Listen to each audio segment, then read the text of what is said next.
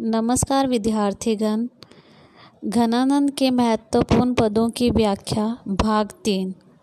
भाग 2 में भी हमने कुछ महत्वपूर्ण पदों की व्याख्या की और भाग 1 में भी हमने घनानंद का साहित्यिक परिचय पढ़ा।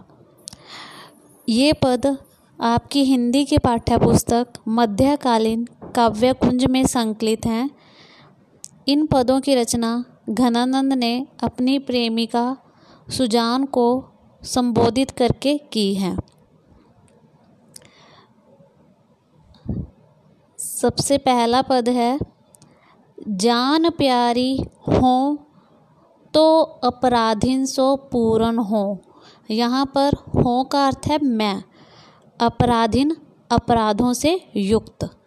जो कवि घनानंद हैं वो अपनी नायिका सुजान को जान प्यारी कहकर संबोधित करते हुए कहते हैं, हे प्रिय सुजान, मैं तो अपराधों से परिपूर्ण हूँ, अर्थात मैंने बहुत से अपराध किए हैं। कहा कहूँ ऐसी गति, आवत गर्यो रुक्यो, गर्यो गला, रुक्यो रंध जाना। जो कवि हैं वो कहते हैं कि मैं अपने अपराधों के कारण होने वाली गति के विषय में क्या कहूँ। अगर मैं उन अपराधों का वर्णन करने लग जाता हूँ तो मेरा गला अटक जाता है, अर्थात मैं कुछ भी कह नहीं पाता। साध मारे सुधा तो सुभाए, के मिठास से ताकी। घनानंद जी कहते हैं कि तुम्हारा जो व्यवहार है सुधा अमृत के समान है, सुभाए स्वभाव अमृत के समान मीठा है। मैं उस मिठास का आनंद नहीं ले सकता और अपनी इच्छा को मारकर विरह में जल रहा हूँ। आशा ला दहती, मैं चरण कंज सो ढक्यो। चरण कंज यानी कि कमल के समान चरण।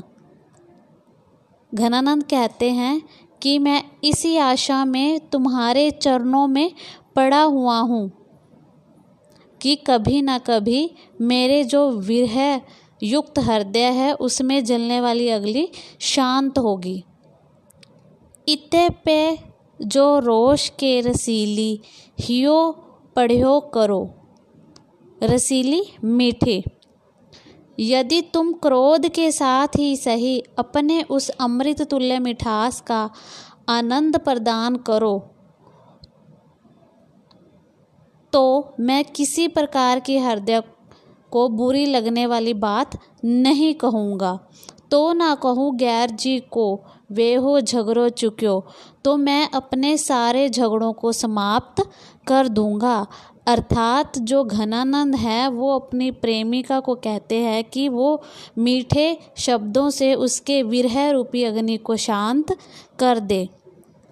ऐसे सोच आंचनी आनंद घन सुख निधि। आनंद घन आनंद देने वाले घन, सुख निधि सुख प्रदान करने वाले। लपट कढ़े ना नेको हाहा जात ज्यो फुक्यो। जो घनानंद है कहते हैं कि हे आनंद की बरसात करने वाली और सुख रूपी निधि प्रदान करने वाली सुजान, मैं तो इसी सोच रूपी आग में जल रहा हूँ। मेरी सोच रूपी अग्नि की लपटें थोड़ी भी कड़ नहीं रही हैं, अर्थात कम नहीं हो रही हैं और मैं इस अग्नि में जला जा रहा हूँ। अर्थात जो घनानंद जी हैं वो कहना चाहते हैं कि जो सुजान का सौंदर्य है वो सौंदर्य रूपी अमृत रूपी मिठास ही उस विरह अग्नि को शांत कर सकता है। अगला पद है, सुधा ते सत्रवंत विष, फूल में जमत शूल। इस पद में जो घनानंद हैं वो वर्णन कर रहे हैं कि जो अनुकूल परिस्थितियां हैं विरह में वही उनको विपरीत लग रही हैं। सुधा ते सत्य विष, जो अमृत है वो विष के समान उनको प्रतीत हो रहा है। फूल में चुभत सूल, और जो फूल हैं उसमें भी उनको कांटे चुभते हुए प्रतीत हो रहे हैं। तम उगलती चंद भई नई रीति है। ये जो नई रीति है वो बिल्कुल भी उनके अनुरूप नहीं है। जो चंद्रमा हमेशा ठंडक प्रदान करता है वो भी, जो प्रकाश उत्पन्न करता है वो भी अंधकार उगलता हुआ दिखाई दे रहा है। जल जारे अंग, जारे जला रहा है। जो जल है वो भी अंगों को जलाता हुआ प्रतीत हो रहा है। और राग करे सुरभंग, राग है जो वो भी ऐसे प्रतीत हो रहे हैं जो कि सुरों को भंग कर रहे हैं। संपत्ति विपत्ति पारे बड़ी विपरीति है। कह रहे हैं सब कुछ ही विपरीत हो रहा है। संपत्ति भी विपत्ति के समान लग रही है। महागुण गहे दोष औषध हो रोग पोषे। महागुण, जो बड़े गुण हैं, महागुण हैं, वो भी दोषों के तरह प्रतीत हो रहे हैं। औषध हो रोग पोषे, जो औषधि है वही रोग का पोषण कर रही है। ऐसे जान रस माही विरस अनीति, दिन को फेरे मोही तुम मन फेरी डार्यो। तुम मन फेरी डार्यो का अर्थ क्या है? तुम्हारा मुंह फेर लेना। हे सुजान, रस में वीरस घोलना तो बहुत बड़ी अनीति है। अर्थात जीवन में विरह उत्पन्न करना अच्छी बात नहीं है। मेरे दिनों के फिरने से, विपरीत परिस्थितियां होने से, तुम मन फेरियो डारी, और तुम्हारे मुंह फेर लेने से वो परिस्थितियां मुझे ऐसी ही प्रतीत हो रही हैं। हो घन आनंद न जानो कैसी बीती है। महाकवि घनानंद जी कहते हैं, ऐसे में ना जाने मन पर कैसी बीत रही है। अर्थात प्रिय के मुंह फेर लेने से मन पर बहुत बुरी बीत रही है। इस पद में जो कवि हैं उन्होंने विरह दशा में परिवर्तित परिस्थितियों का मार्मिक वर्णन किया है। नेक्स्ट है, लगी है लगन प्यारे पगी है सुरती तोसो।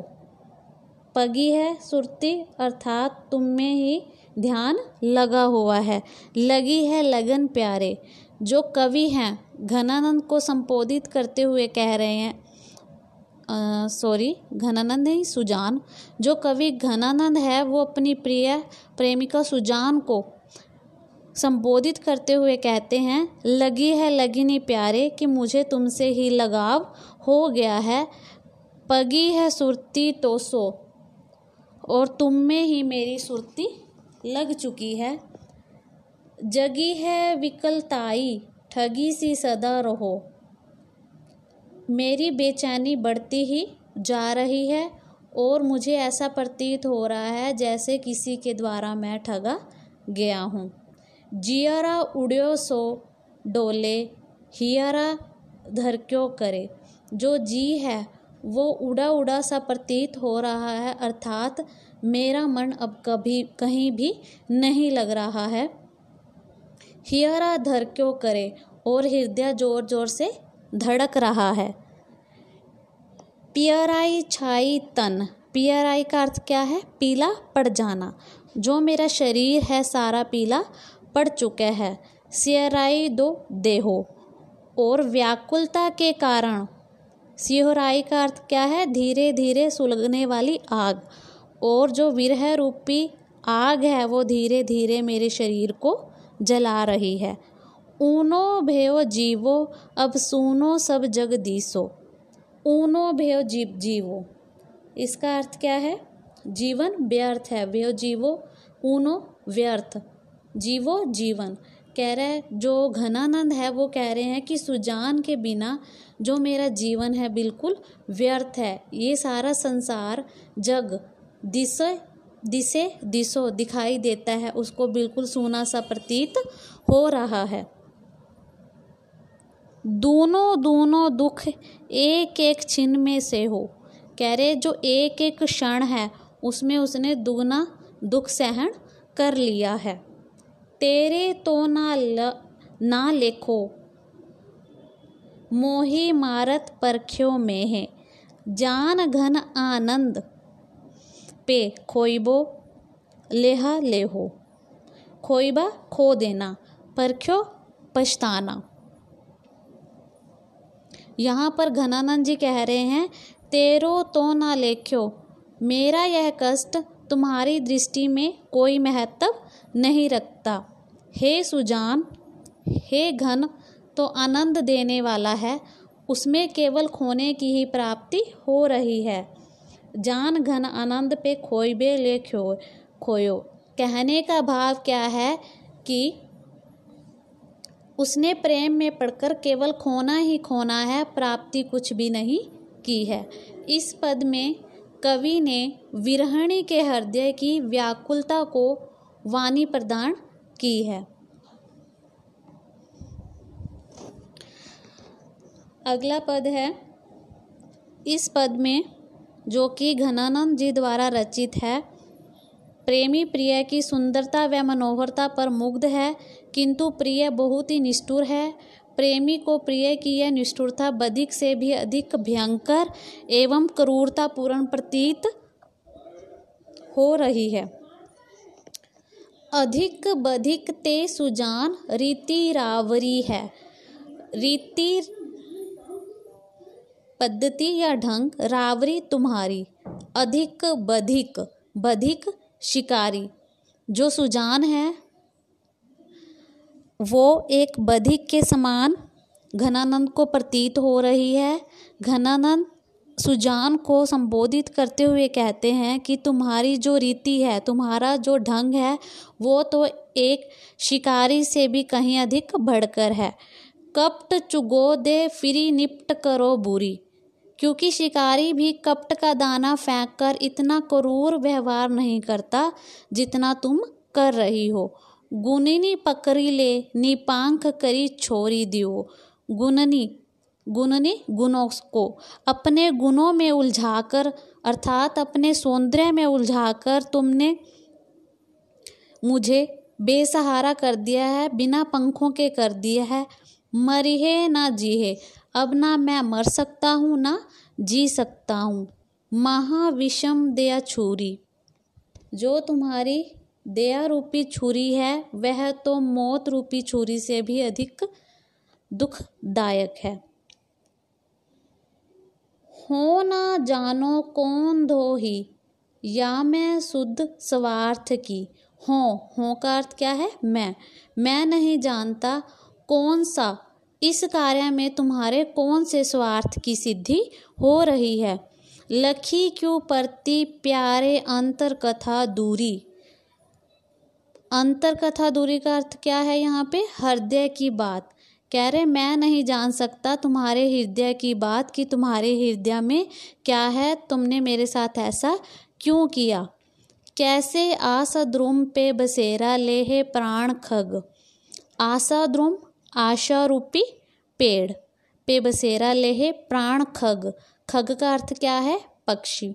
तुमने आशा रूपी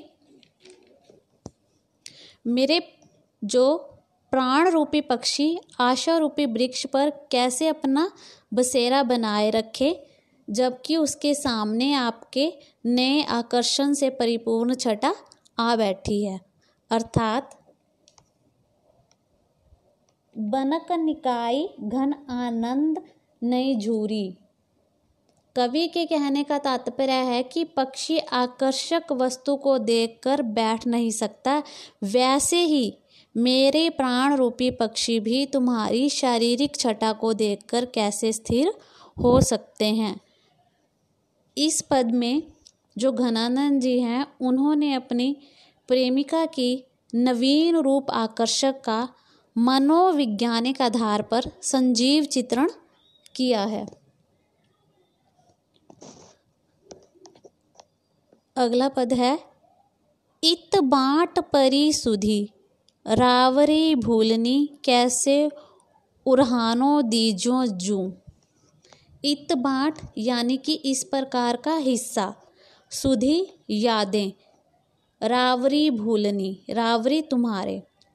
इस पद में घनानंद जी सुजान को कहते हैं, मेरे भाग्य में तो तुम्हें याद करना आया है, रावरी भूलनी, और तुम्हारे हिस्से में क्या आया है, मुझे भूलना। कैसे उल्हानो दीजिए जूं, भला मैं तुम्हें कैसे उल्हाना दे दूं। अब तो सब शीश चढ़ा लियो जूं, कुछ मन भाई सो कीजियो जूं। कह रहे हैं अब तो जो मेरे हिस्से आया है मैंने उसे सिर माथे रखा है। अब तो सब शीश चढ़ा लीजियो, कुछ मन भाई सो कीजियो जो। तुम्हें जो अच्छा लगता है तुम वैसे ही करो। अब तो मैंने तुम्हें स्मरण करना और तुम्हारा मुझे भूलना अपने सिर माथे पर धारण कर लिया है।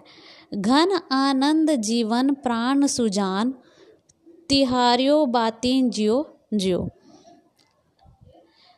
नितनी के रेहो तुम चार कहो पे, आशीष हमरो लीजिए जो। घन आनंद जीवन प्राण सुजान, प्राण सुजान कह रहे जिस प्रकार चातक पक्षी केवल बादलों का ही पानी ग्रहण करता है, बादलों का पानी ही उसके लिए प्राण है, उसी प्रकार घनानंद के लिए सुजान ही उसकी प्राण है।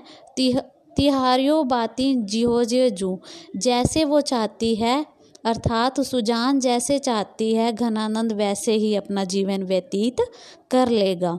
नित नेक्यो रहो, तुम हमेशा अच्छी रहो, नित्य नेके सदैव अच्छी रहो, तुम्हें चाड़ कहा पे मुझे तुमसे कोई भी शिकायत नहीं है। आशीष हमारो लीजियो जो, तुम पर हमेशा मेरा आशीर्वाद रहेगा।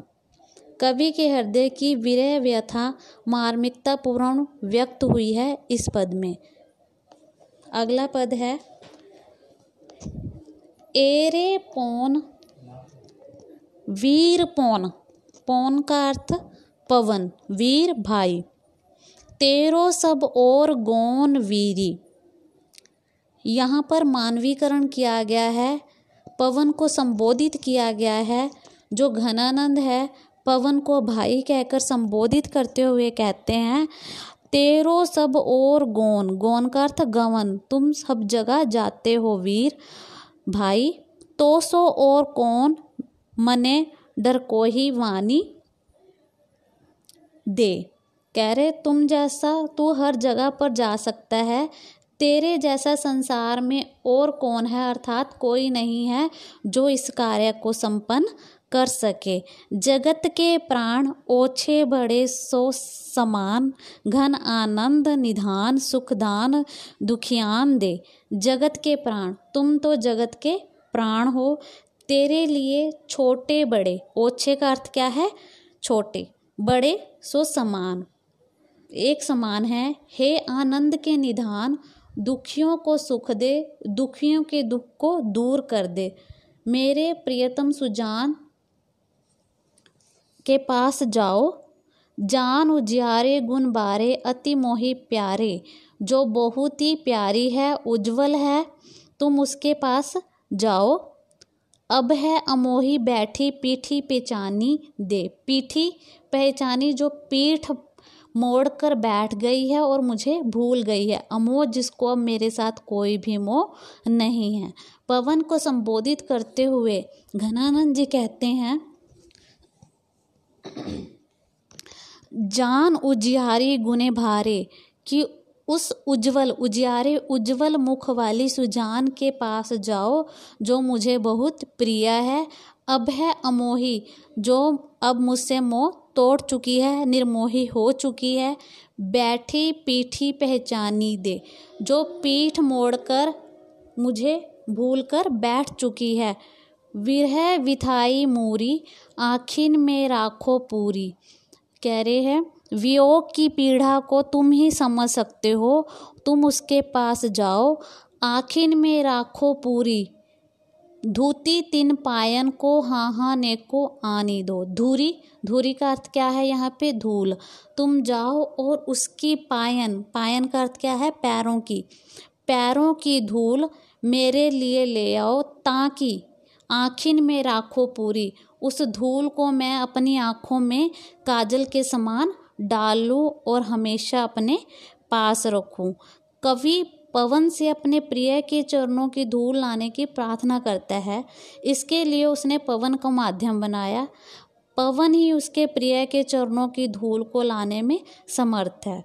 इस पद में कवि ने पवन को दूत बनाकर किसी भी बहाने से अपने प्रिय के पैरों की धूल लाकर अपनी आँखों में लगाने की कल्पना की है, ताकि वह अपनी प्रेमिका के संपर्क में रह सके। ये थे घनानंद के कुछ महत्वपूर्ण पद। धन्यवाद।